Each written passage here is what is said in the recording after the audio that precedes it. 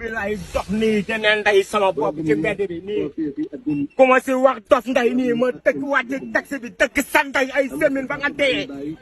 Macky moo fi katta nday ma nekk seen caapa nday commencé wax déedéet damay wax taximan bi may ma mu may ma tëkk sanday ay semaine ba nga dee xoolal sama kër lay tàmbalee di yëngal jaar nday fii mooy fan katta nday zone capitale bi wër nday fépp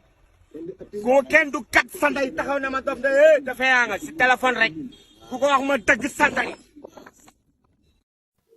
salaam gaay maa ngi ñëpp di leen ziar Dof Ndeye da ngay politique am nga si plein droit Macky Sall nga àndal am nga droit farak ku la neex loolu am nga si plein droit mais xam nga lu ñu la dul nangul nga yaakaar nañ ñuy intimider ñun ñu ànd ak Ousmane Sonko ba yaakaar dañ la ragal ëppoo ñu fit gënoo ñoo ñeme lu metti doxalal respect moo gën xam naa nga ni kii di wax nii kan la mais su ma la affiché les photo bi di nga xam kan la ak rappelé bu ban jour la 16 juin 2019 Saly buntu Teranga aar fa lañ photo bi 7 heures du matin ci suba jour bi naaj bi yëpp ñoo nekk tropique gaan bi nga doon wax naan ko noo tudd ma la Moussa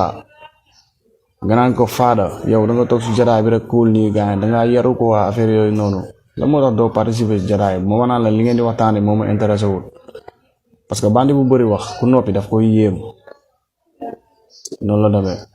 jour bi la ñaari boy di tànc buntu tropique nga ànd ak benn ngeew ñu bëgg a jël sac bi ngeew bi yoroon ngay riposté booy ba mu wax la nga tartari dal ci miir bi ñu paqueté la mettre la en respect man maa daw si jéggi télé bi man Mbaye Goulou man personnellement ñu ñëw dal ci kaw booy jënd glace ci nga naan ma Fada booy su may boolal mais xam nga rek xam naa dañoo jandeer quoi moo tax ñu may attaqué du loolu de booy xam nañ amatoo kartan anecdote bi nag boo gisee ma nettali ko du question de dara ñun si am na yoo xam ne ñu bëgg di si nekk sax di si détail parce que bëgguñu nit ñi di ñu am benn pensée bu ñuy am si ñun mais dama la bëgg a xamal na la rek nit mun nga bañ a doon bandi yéem bandi yi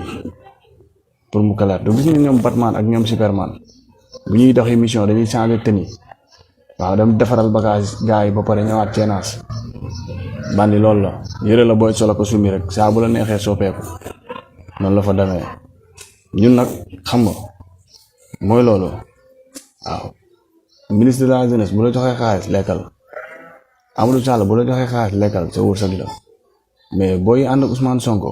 combat bu noble la ñuy combat xam ban combat la pour que doomu dof bi ak doomu président bi yem même pied d'égalité doomu dof bi ak doomu président bi yem même traitement bu ñu leen di traité ba nga xam ne doomu dof bi dootul am complexe d'infériorité ba yaakaar ne doomu président bi ak gën ñuy topp ci ginnaawam doomu président bi tamit du am complexe de supériorité ba yaakaar ne moo gën doomu dof bi waaw ñu ñëpp bokk ñëpp jot ci combat boobu la booy nekk voilà j'ai beaucoup de respect nag envers toi quoi ak comme sénégalais yu bëri mais bul yaakaar ni ragal la wala yu demee noonu bu ñuy intimider beneen bi mooy da nga ne ambassadeur non violence non agression na ngay ñëwee ci plateau yor mbappoo jam ba pare ni yow ambassadeur non agression ngay dox première des choses sax yëpp ragal nga njëkk a dafet mooy dox di mbappoo jam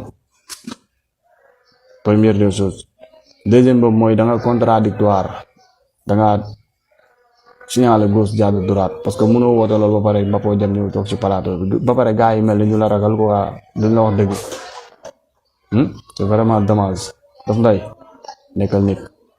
xamal ni loo xotteeku ñu la gën a xotteeku fop ñu ngi ci biir temps bi toog yow dañ la jox xaalis ngay dellu ñun joxuñu ñu 100 francs yaakaaruñ dërëm ci Ousmane Sonko waaw ñun Sénégal moo ñu ñor noonu la demee nag waaw muy jégalu quoi noonu la demee ragaluñ la de